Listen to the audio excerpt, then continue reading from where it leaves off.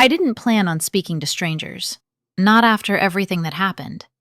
But grief makes its own choices, and mine led me to a studio the size of a prayer room, lit by a single red on-air bulb trembling above my head. They call me the widow on the waves, though I never told them I was one. Midnight listeners don't ask questions. They just feel the dark and step into it. Most nights, I sit alone with the microphone, listening to the hum of the city cooling down. People call in with regrets, small ones at first, a broken promise to a child, a love letter never sent, a father they never apologized to. I thank them gently. I keep my voice warm. It's easier to comfort others than to understand myself. But last Thursday, a man dialed in. His voice was familiar in the way a wound is familiar. Soft, hesitant, carrying the gravity of something half buried. And before I could breathe, he described an affair. The affair. The one that ended my marriage, long before death did. I didn't interrupt. I simply whispered, "Thank you," and let the silence carry what forgiveness could not say aloud.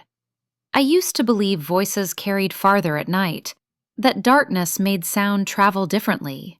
Before all this, before the studio and the callers and the confessions that stuck to my skin, I worked in a community library near Yokohama Station. I spent my days cataloging returned books, repairing frayed spines, smoothing the corners of dust jackets the way you might comfort a child waking from a nightmare. People came in for the silence. I stayed for it. Silence is a language here. Respectful, obedient, intentional. In Japan, we don't fill the empty spaces. We bow to them. My husband Kenji used to joke that I didn't marry him. I filed him alphabetically. He was a sound technician for a small FM station, always smelling faintly of old tape reels and cold vending machine coffee. We met during a library event where the station was doing a feature on local reading programs. He sat beside me, adjusting microphones with a reverence that surprised me.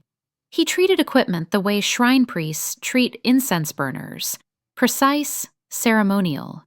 I didn't know then that I would spend the rest of my life chasing the sound of someone who never shouted, never rushed, never tried to fill the silence between us. Our marriage was quiet, but not hollow. We cooked simple meals. We took evening walks. We argued in soft tones, if at all. In another culture, they might call it dull. Here, it was simply ours. Then, the accident.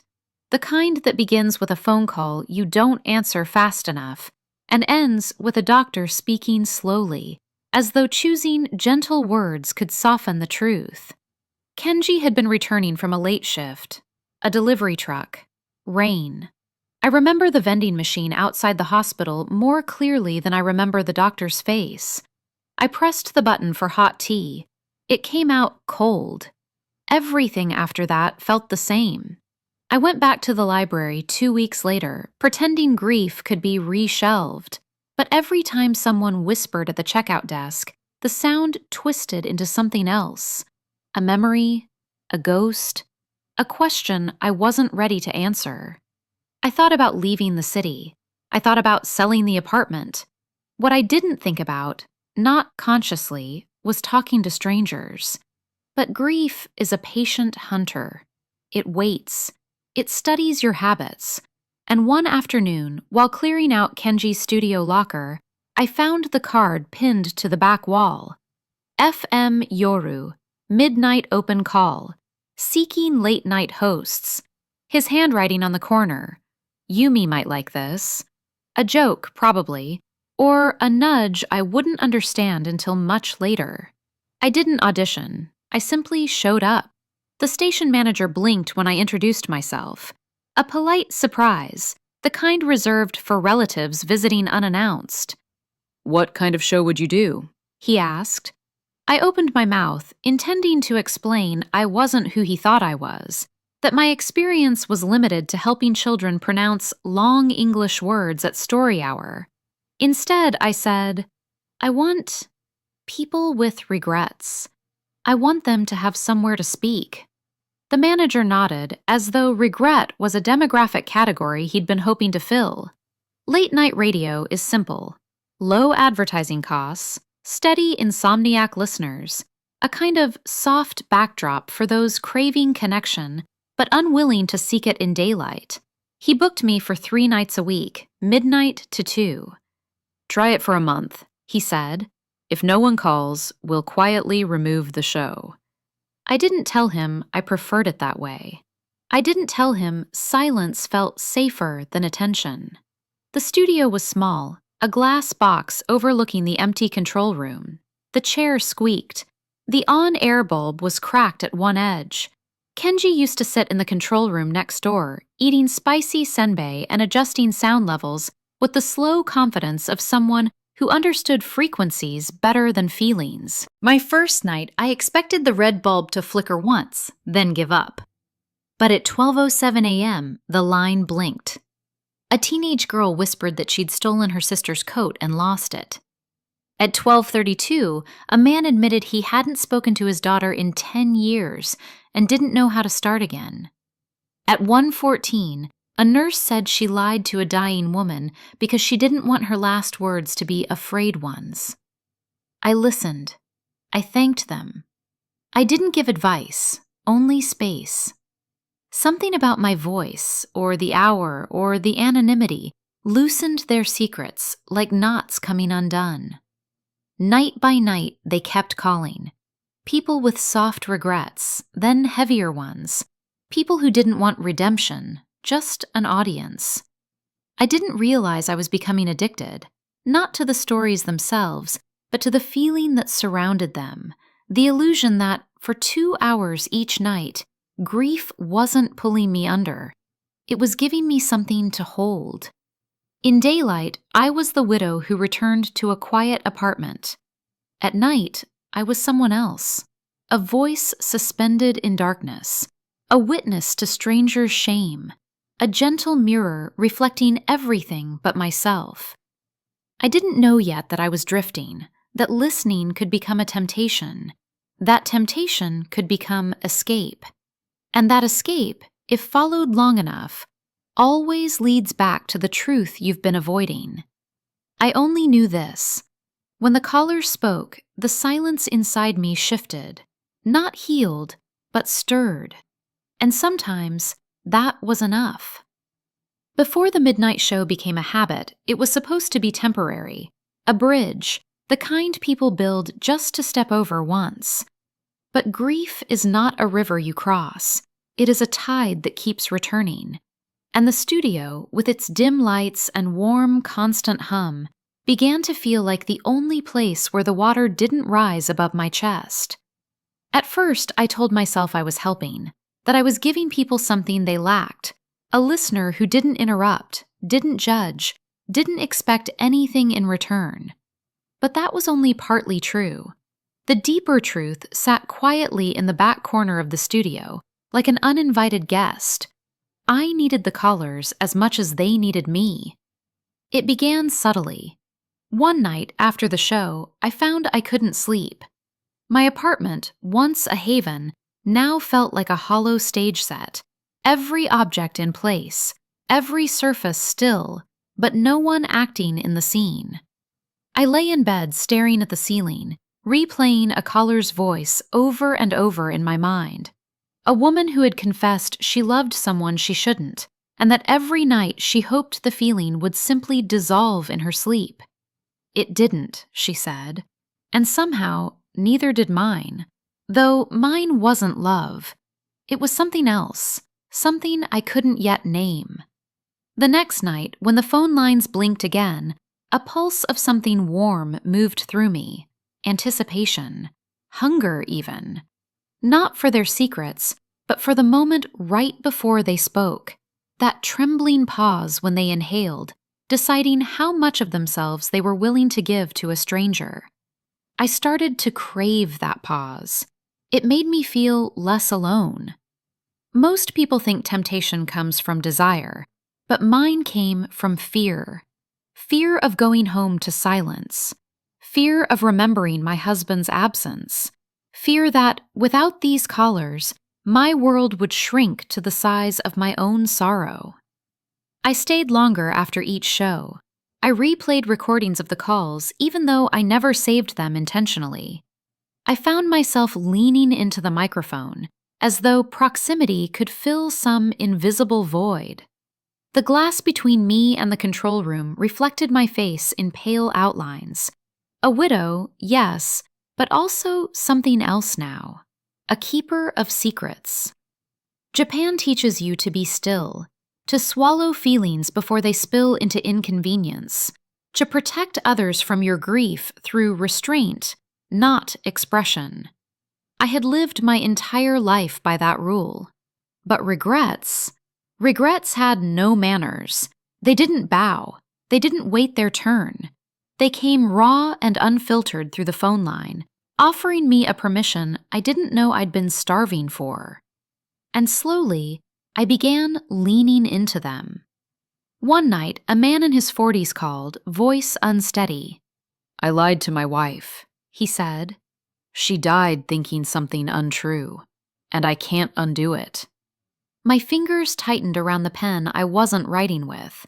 He spoke of guilt like it was a physical weight. I understood that. So deeply it ached. Another night, a young woman confessed she'd left her sick father alone for an evening out, and he died before she returned.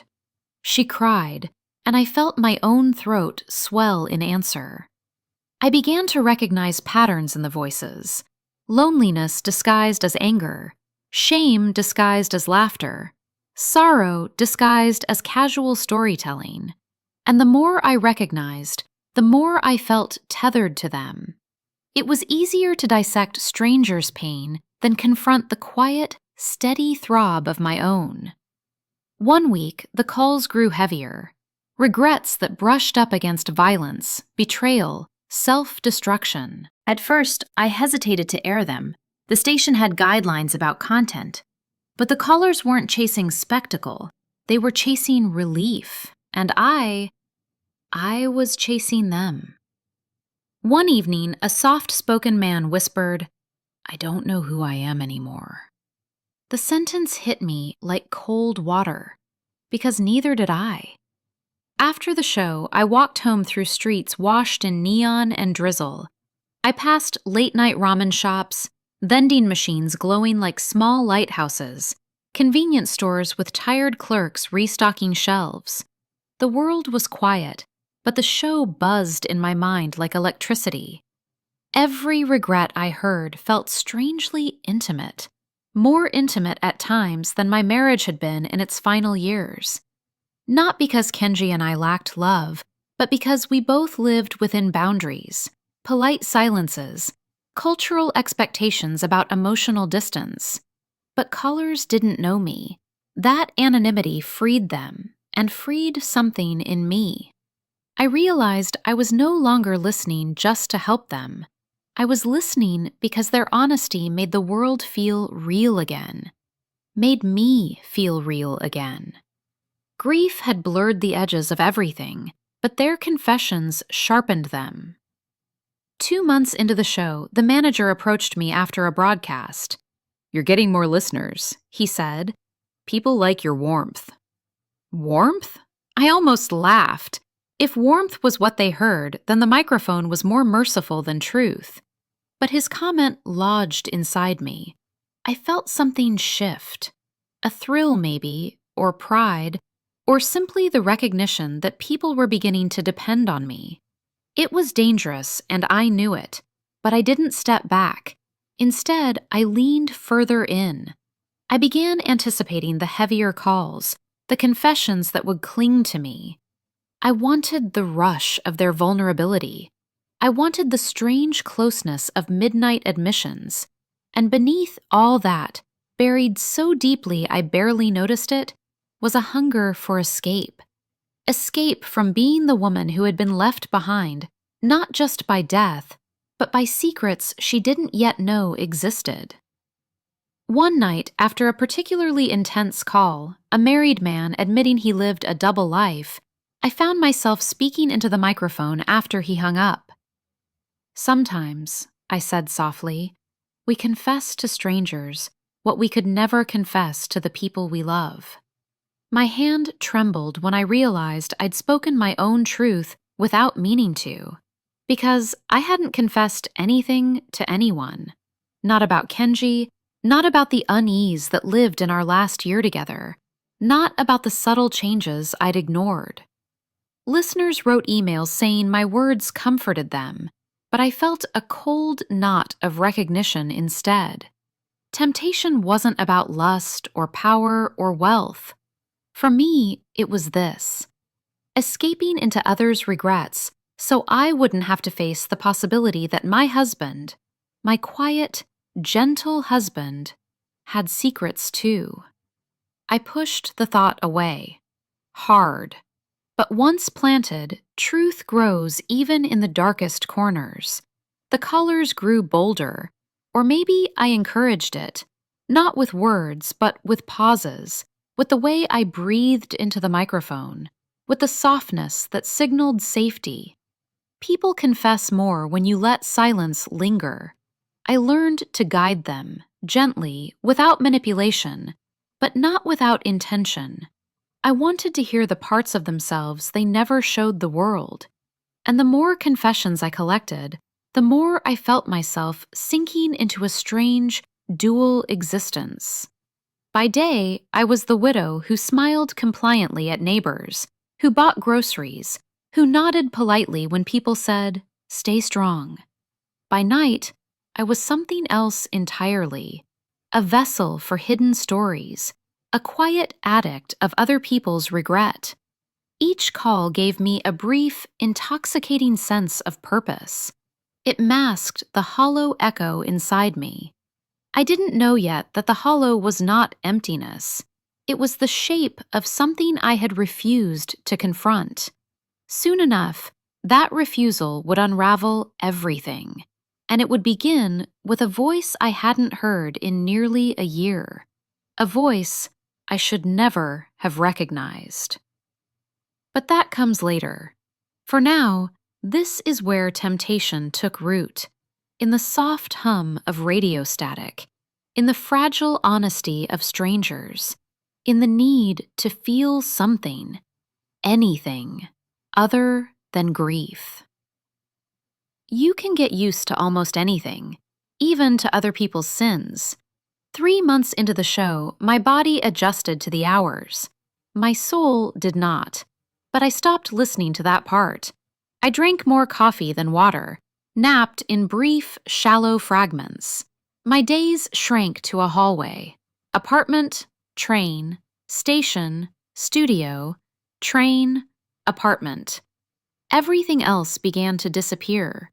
There's a moment around 11:47 p.m. when the building feels like it's tilting. Office workers gone.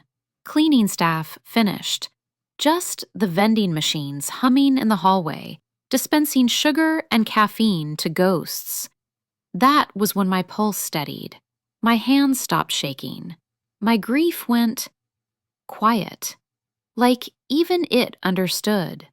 We work now. The studio lights dimmed. The on-air bulb glowed like a small red wound. I put on the headphones.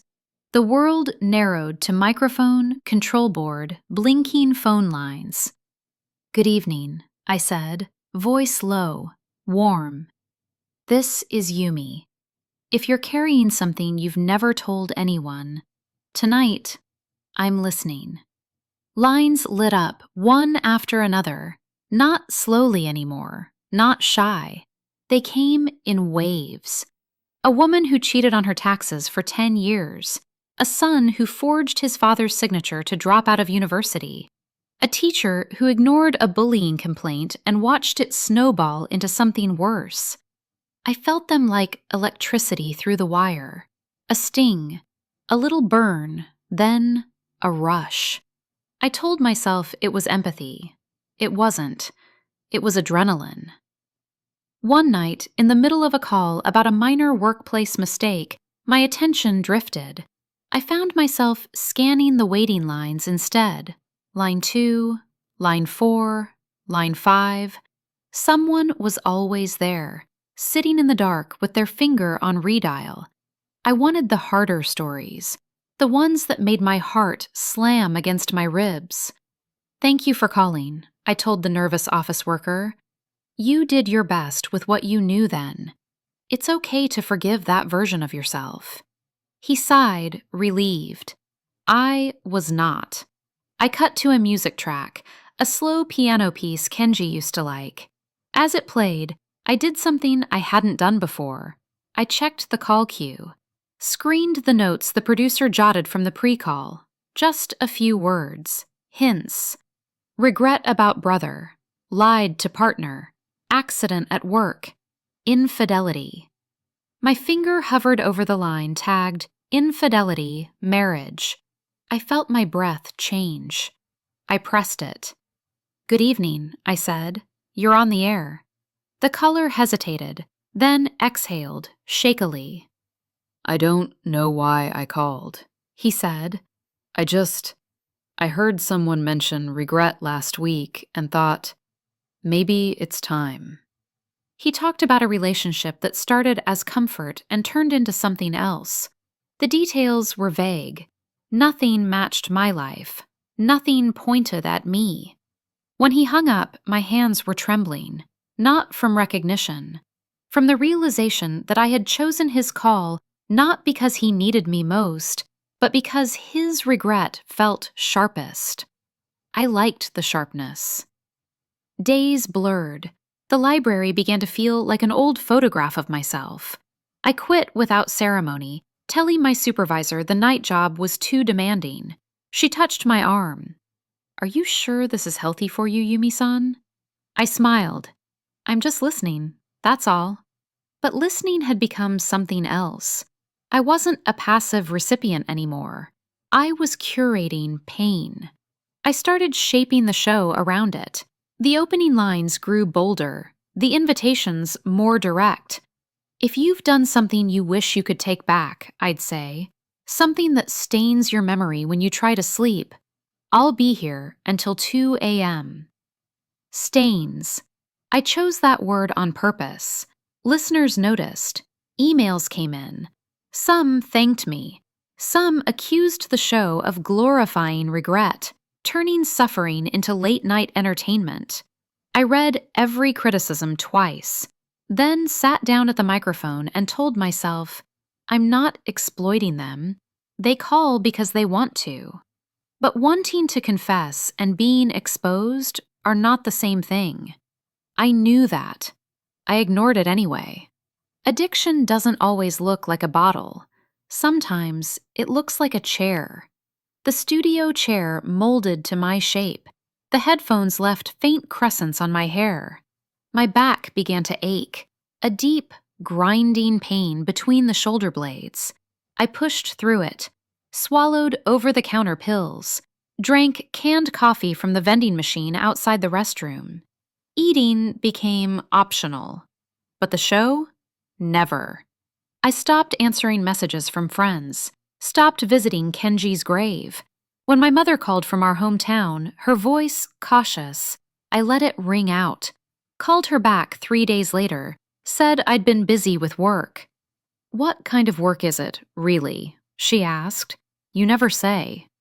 I listen to people, I told her. That's all. Listening is heavy, she replied. Be careful not to disappear in it. Disappear. I almost laughed. What else did she think I was trying to do? The station noticed the ratings. They were pleased. The manager began dropping by the studio before my shift, asking if I needed anything. More promotion? A social media page? A podcast replay?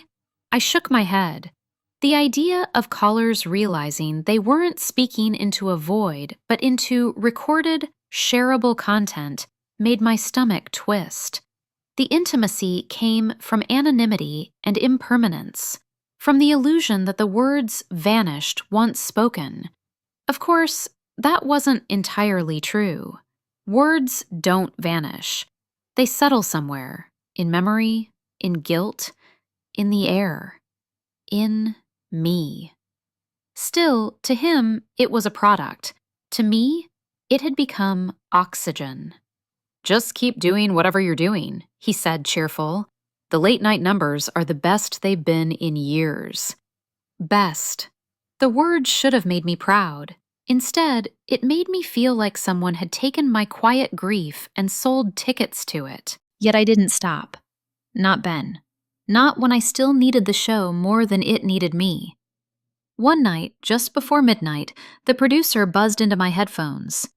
"Line 3 says his regret is too dirty for broadcast," he said, half amused.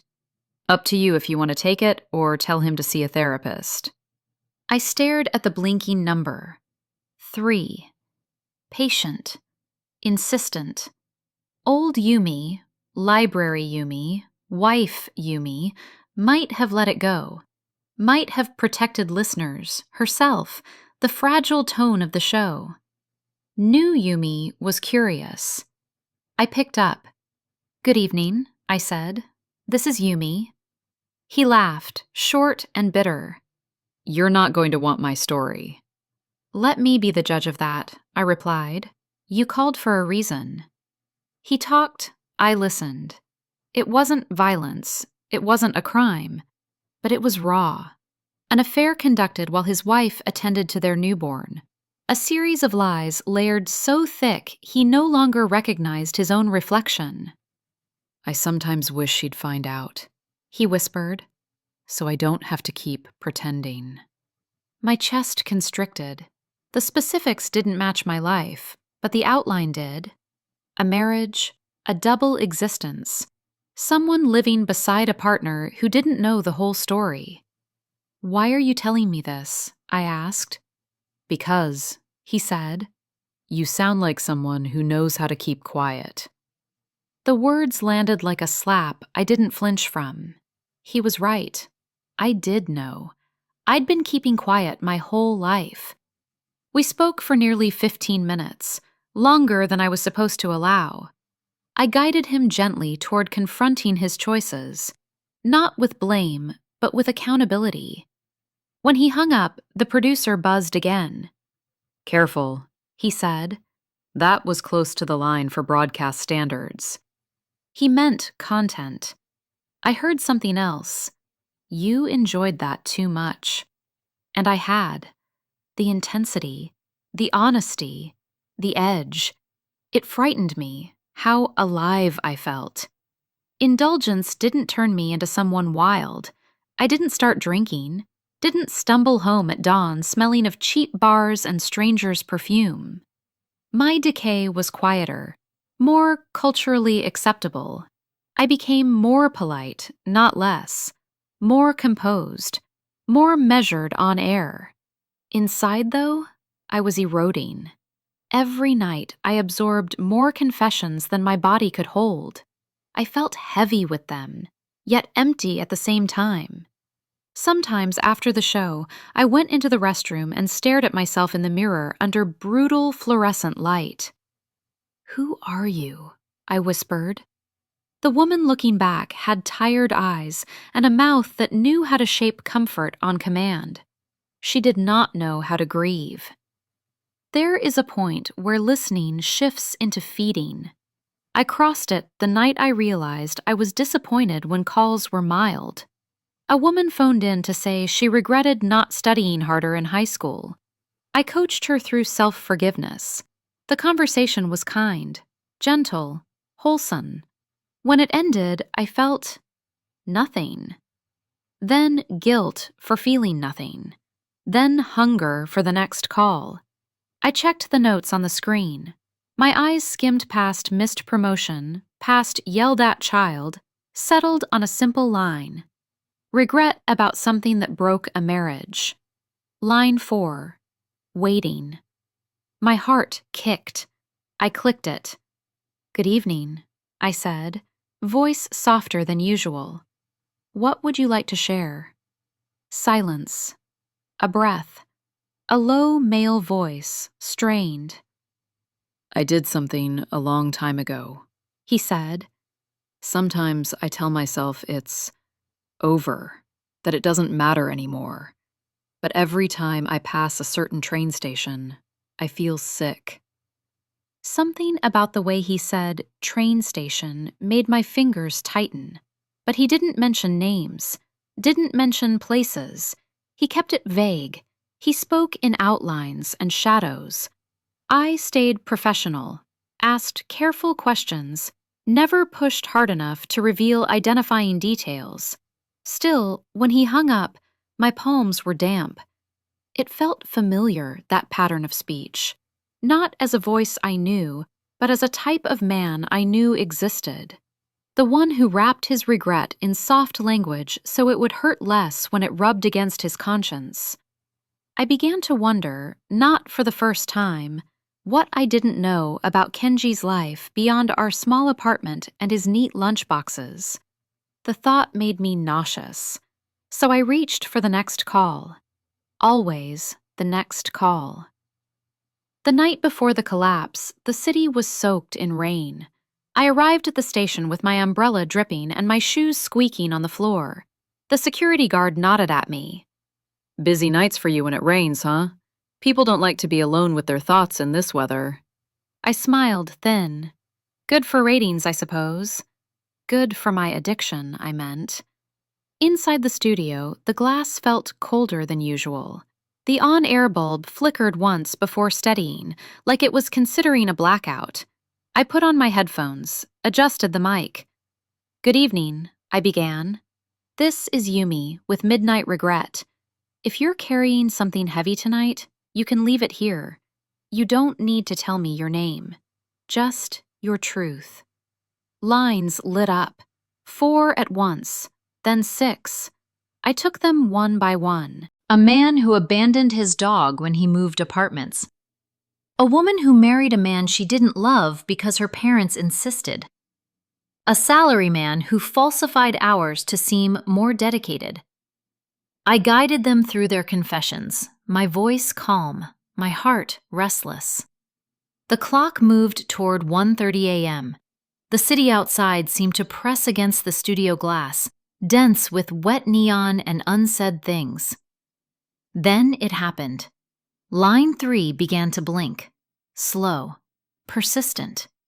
The producer's voice crackled in my ear. This one, he said, unusual hesitation in his tone. He said his regret is an affair that destroyed someone's marriage. He sounded shaken. My pulse spiked. Affair. Destroyed. Marriage. My fingers hovered above the switch. Just a call, I told myself. Just another confession. But something, some instinct sharpened by months of collecting agony, whispered that this was different. I ignored it. I pressed the line. The light went steady. Good evening, I said, my voice steady only because I'd trained it to be. You're on the air. What's your regret? There was a breath, a pause, a familiar cadence I couldn't yet place, vibrating under the distortion of the phone. And then a man spoke. I had an affair, he said, with a married man. He told me his wife was distant, lonely. She worked at a library near Yokohama Station. My stomach turned to ice. The studio vanished, the lights, the board, the world. All that remained was his voice and the sudden realization that escape had a destination after all, and I had just arrived. The moment he said, library near Yokohama Station, something inside me stopped. Not slowed, not trembled, stopped. The studio air thickened. The cables under the desk buzzed faintly, like nervous insects. The on-air light glowed too brightly, swallowing the room's edges in a red haze. I kept breathing, but it no longer felt automatic. Every inhale was a decision. On the other end of the line, the man exhaled shakily. I've never said this out loud, he whispered. Not to anyone. I swallowed. My throat felt lined with glass. Take your time, I said. The exact words I said to everyone, but this time they scraped out of me, brittle. He continued. It wasn't supposed to happen. We were coworkers at the time. He'd stay late, I'd stay late. You know how loneliness works, right? Sometimes it just finds you in someone else's body. My vision blurred. Kenji's face flickered in my memory. Soft eyes, quiet smile, the faint way he tilted his head when listening to me. Loneliness. That was the excuse. That was the wound. The caller inhaled again. He said his wife was gentle, kind, but distant, like she lived behind glass. Glass. A library window. A microphone booth. A marriage. I gripped the desk so tightly my nails bit into the wood. He told me he felt invisible, the caller said, that he wanted to feel wanted. So I let him, even though I knew he'd never leave her. My pulse hammered in my ears. I should have cut the call, should have ended the segment, should have gone to a track, a commercial, static, anything. But I didn't, because I needed the truth, needed it like air. The caller's voice dropped to a raw whisper. The affair lasted almost a year. He ended it suddenly, said he couldn't keep lying, said he hoped his wife never found out. I stared at the studio clock. 1:41 a.m. Time distorted, bending around the words. He died not long after, the caller said. A tremor broke through his sentence. I saw it on the news. Delivery truck accident. Rainy night. The room tilted. I wanted to speak, but my mouth felt foreign, as if it belonged to someone no longer in her body. Then he said the final blow. I still think about her, his wife. I wonder if she ever knew. I wonder if she'd hate me if she found out. The silence between us stretched, thin as wire. I forced my voice into existence. People carry their own storms, I said softly, my tone steady, my heart ashes. You don't know what she knew, or what she felt. His breath wavered. Do you think she could forgive someone like me? Forgive. The word broke something I had been bracing too long. My mouth moved on instinct, professional instinct, cultural instinct, survival instinct. Not forgiveness, not rage, just the only thing left inside me. Some forgiveness, I whispered, doesn't need to be said aloud. A long silence followed, a fragile, shaking silence. Thank you, he murmured. First time he sounded relieved, lighter. I ended the call, pressed the button so gently it felt like closing a door on my own heartbeat. Then I stared at the wall. The lights blurred. The studio hummed, unaware. My chest felt hollow, like someone had scooped out everything I once called a life and left me with an empty room inside. The producer's voice buzzed into my headphones. Yumi, are you okay? That was heavy. I reached for the mic switch and turned it off. I couldn't speak. Not yet. He stepped into the studio a moment later, concerned. You went pale. Want to take a break? I nodded, not because I needed a break, because I needed to walk, to move, to prevent the shaking building under my skin from exploding. I left the booth and drifted down the hallway like a ghost. The fluorescent lights flickered overhead. My footsteps sounded too loud, like someone else's shoes slapping linoleum. Inside the restroom, I gripped the sink and stared at my reflection. I didn't recognize myself. Not the tired eyes, not the trembling chin, not the woman swallowing a truth she never asked for. He cheated, I whispered to the mirror. Hearing it aloud made my body jolt. He cheated on me with a man for a year, and I never knew. My breath broke. My knees buckled. I didn't cry, not yet. I didn't have enough pieces left to cry. When I returned to the studio, the producer had already cued a long instrumental track, giving me space. He looked up. Want me to finish the show? I shook my head, sat down, pulled the headphones over my ears. The world constricted again to a narrow circle of sound. "Thank you for staying with us," I said softly into the mic, my voice steady, my blood roaring. "We'll take just a few more calls tonight. Not because I wanted to, because I couldn't go home. Not carrying this." Call after call blurred. Their regrets floated through me like distant radio waves. A woman who regretted slapping her teenage son. A man who left his family's business and wished he hadn't. A college student who ghosted her best friend. Their stories slid past my ears without landing. I murmured comfort, guided them gently. My voice moved on its own, detached from meaning. Inside, everything was collapsing. When the clock hit 2 a.m., I ended the show with the closing line, the line that had become a ritual. "Whatever you're carrying, I hope tonight made it a little lighter." But mine wasn't lighter. Mine was a weight on the lungs. I removed the headphones slowly, set them down like fragile porcelain. The producer didn't speak. He knew the difference between exhaustion and cracking. Tonight, I was cracking. I walked out of the station into a rain-washed city, umbrella forgotten inside. The air was cold, sharp. My clothes soaked instantly. The streets were empty except for the rumble of a distant train. The same train line Kenji used to take home. The same one he died near. I stood in the rain until my teeth chattered, trying to feel anything. Warmth, anger, grief. But all I felt was a numbness so dense it might have been stone.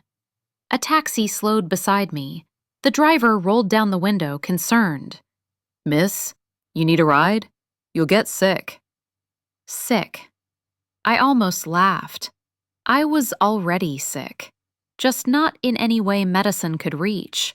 But I nodded, got in, spoke my address. Words thin, cracked. The driver glanced at me in the mirror. "Long night?" I stared at the passing lights. "Yes," I whispered. "The longest." The apartment door clicked open with the familiarity of muscle memory. Inside, everything looked the same. Tidy, quiet, waiting. Kenji's favorite mug on the shelf. His slippers aligned neatly near the door. The framed photo of us at the summer festival. All relics of a story I thought I understood. A story now full of holes. I sat at the table, hands limp in my lap. A long time passed. Minutes, hours. At some point, dawn began pressing pale light against the curtains. Only then did the sob break loose. It wasn't violent. It wasn't dramatic. It was small. A single sound escaping from a body holding too much. Then another. Then more. I bent over, face in my hands, crying in quiet heaves, the kind of crying that doesn't ask for comfort, the kind that empties you, then empties you again. By the time I stopped, the sun was up, the world awake, but I was not. Sometime that morning, between exhaustion and numbness, I understood something. The man on the radio had confessed his sin, but he had also confessed my truth. A truth my husband never gave me. A truth I now had to carry alone. The escape I'd built, the show, the callers, the confessions, had shattered. No more hiding in other people's sorrow. Now my own stood in front of me, undeniable, unavoidable, and I was nowhere near ready. Morning light in Japan is honest, too honest. It fills rooms not gently, but with a kind of quiet insistence, like it wants to reveal every corner you tried to ignore. That morning, after the call, after the collapse, after the rain, the light found me at the kitchen table, elbows on wood, head in hands, face swollen from crying. I wasn't ready for the truth it brought, but truth does not wait for readiness. I didn't go to sleep, not for an hour, not for a minute. Sleep felt dangerous, a soft place where grief could ambush me again.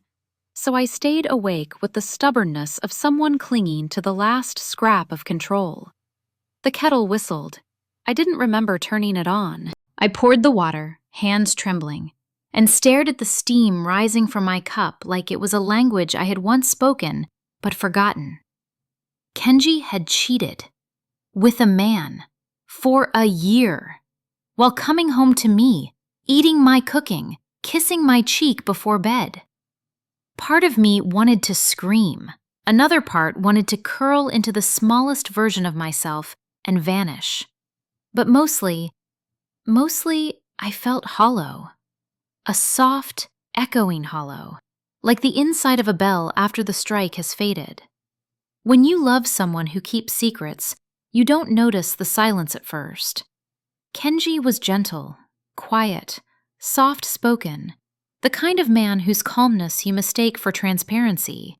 But now that calmness felt like a locked door. I replayed our last year together, scene by scene, the way you inspect a photograph after learning a detail you missed. His longer shifts, his distant smiles, his reluctance to talk about work. The fatigue, he said, came from stress. The nights he held me, but his mind was somewhere else. I should have noticed, should have questioned, should have... No, that wasn't fair. Grief likes rewriting history into blame, but love is built on what you choose to trust. I trusted him, and trust doesn't make you naive, it makes you human. I kept hearing his voice, not Kenji's, the caller's, the man who had loved my husband in secret. His regret was genuine, painful, real, but it felt stolen, like he had taken something from me, the right to decide how my marriage should be remembered. He had rewritten my history with a single confession, and yet he had given me something too, though I hated to admit it. Truth. Ugly, incomplete, undesired truth. But truth. It was a knife, but at least it was real. For months, my grief had been a shapeless fog. Now it had a spine, a name, a reason I could trace with my fingers. Sometimes pain is easier to hold than uncertainty. I should have called in sick, taken a mental health break, let my voice rest, let my heart settle, let my body catch up with the shock. But at 11 p.m., I found myself walking toward the station again, pulled by habit or by duty or by something darker, the need to confront the place where the truth had found me. The studio smelled the same, warm dust, old electronics, faint coffee from the producer's desk.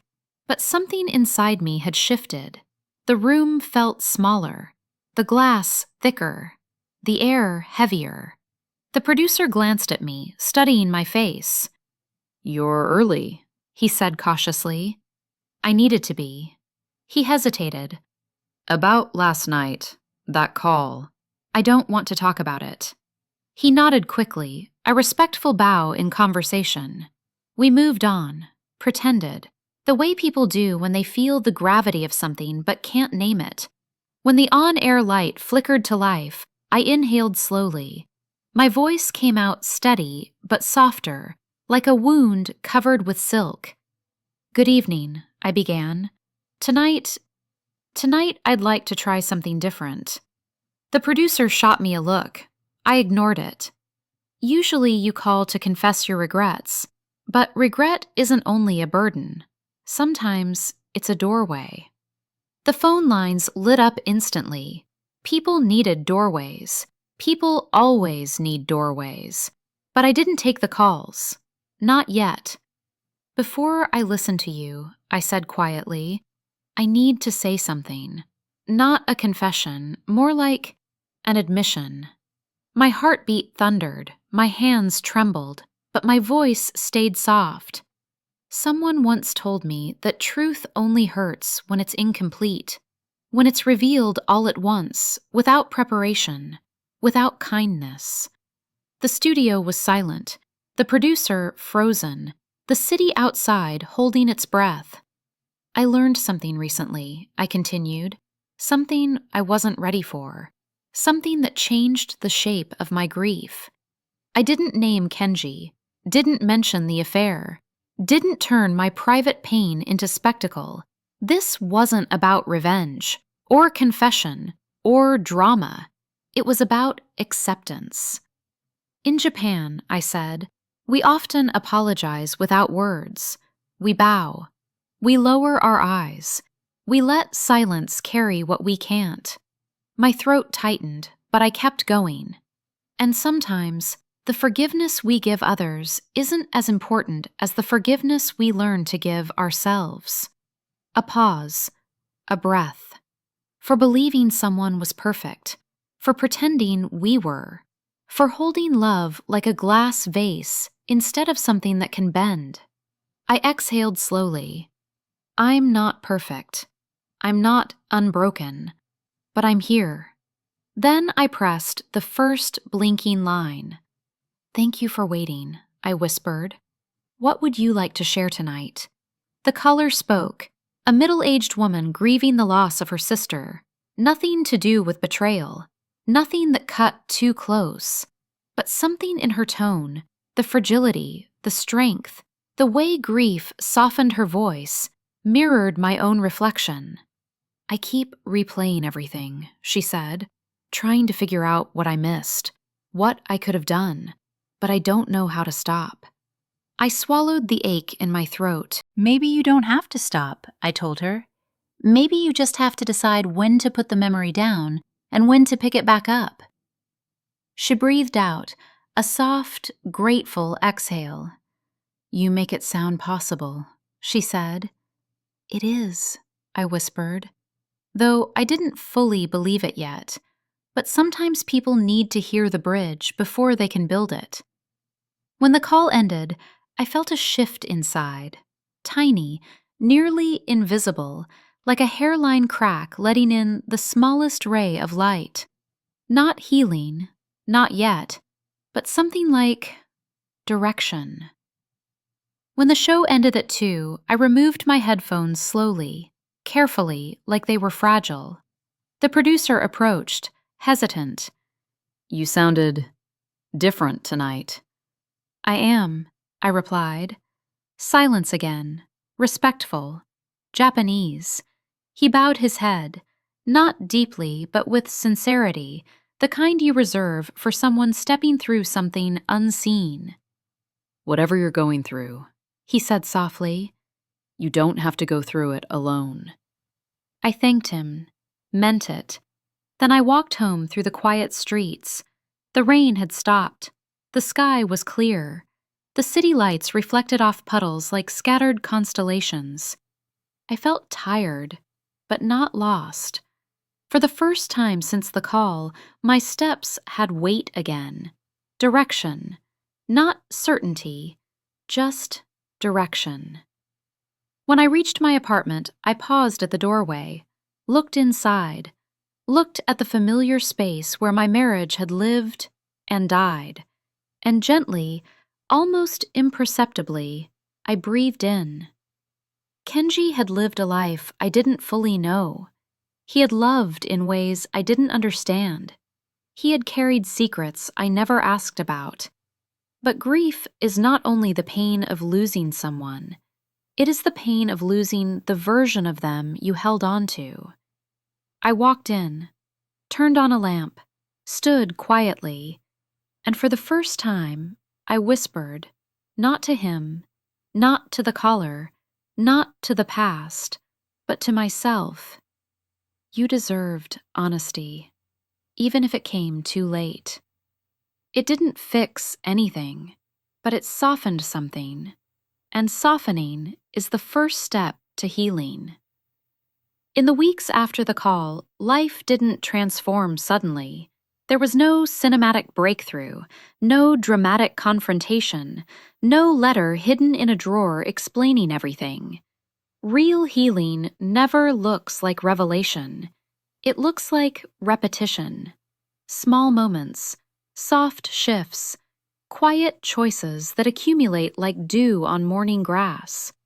I kept hosting the midnight show, not out of habit, not out of escape, but because it had become a space where truth arrived without warning and where I could finally sit with my own.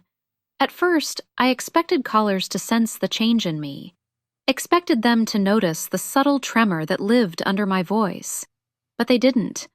Somewhere in that anonymity was a mercy. You can unravel without needing to explain. One night, a young man confessed he'd broken off an engagement because he panicked. I think I was afraid of who I'd become, He said. I smiled faintly. Fear can be a compass if you listen closely. He laughed softly. I don't even know how to start over. You already did, I told him. You're just waiting for your feet to notice. Saying it, I felt a strange ease settle inside me. Advice meant for another person often circles back to the speaker. It took me 16 days to return to Kenji's grave.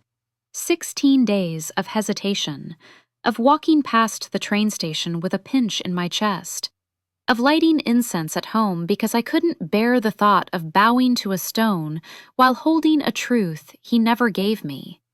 But one morning, early, before the city fully woke, I went. The cemetery smelled of wet earth and chrysanthemums. The air was cool enough to sting my lungs. I knelt before his marker, laid fresh flowers, pressed my hands together in a quiet, respectful bow. For a long time, I said nothing. Silence is the language the dead understand best. Eventually, I whispered, I know. The word felt heavy, then light, then simply real. Not accusation, not forgiveness, just acknowledgement. I wish you had told me, I added softly, but I also know why you didn't. We didn't know how to speak certain truths to each other. A breeze moved through the trees, soft and cool. I'm angry, I admitted, and I'm sad, and I miss you. All of that can be true at once. I let myself breathe, let tears fall freely without fear of being overheard. When I finally rose, the weight in my chest had shifted. Not gone, never gone, but rearranged into something I could carry without collapsing. That night, before my shift, the producer placed a small envelope on my desk. You got a letter, He said. from a listener. The handwriting was neat, careful. Japanese men of a certain generation write that way. Inside was a single line. Thank you for what you said that night. I didn't know forgiveness could sound so quiet. No name. He didn't need to sign it. For a moment, I felt anger rise again, sharp, hot, instinctive. But then it softened. He wasn't asking for more, wasn't seeking absolution. He was acknowledging the silence I had chosen. And that, strangely, felt enough. I placed the letter in my drawer and prepared for the show. When the on-air light flicked on, the studio felt warmer than usual. Not bright, just warm.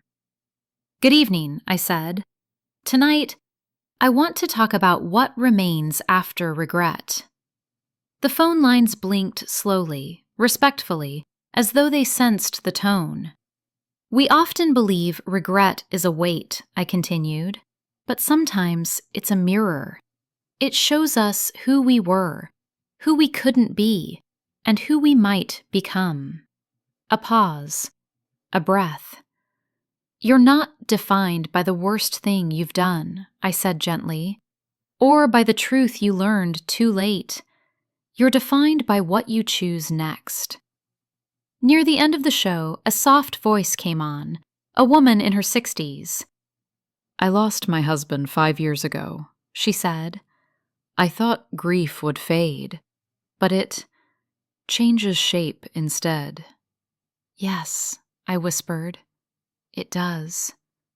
"He kept secrets from me," she added. "I found out after he passed, and I thought I had to either forgive him or resent him, but neither felt right." My breath caught, my spine straightened. "What did you do?" I asked. "I decided to live with all of it," she said. "The love, the lies, the memories, the mistakes, together, as one story." My throat tightened. "That's very brave," I said quietly. "It's not bravery," she replied. "It's acceptance. And acceptance isn't clean. It's just human." The call ended, but her words stayed. Acceptance isn't clean. It's just human. When the show ended, I walked home through a quiet, moonlit city. The night air felt different, open, like a door slightly ajar. At home, I made tea, turned on a single lamp, placed Kenji's favorite mug beside mine. For the first time, the apartment didn't feel like a museum of unfinished conversations. It felt like a place where two truths could coexist. He loved me, and he hurt me, and both were real. I sat down at the table, folded my hands around the warm cup, and let the stillness settle. Not the numbness of before, not the escape of the studio. A quieter stillness, a lived stillness. I whispered into the room, not expecting an answer. "I'm learning to carry you differently." The words didn't shatter, didn't echo. They simply existed, like me, still here, still moving, still listening. And for the first time since everything broke open, that felt like enough.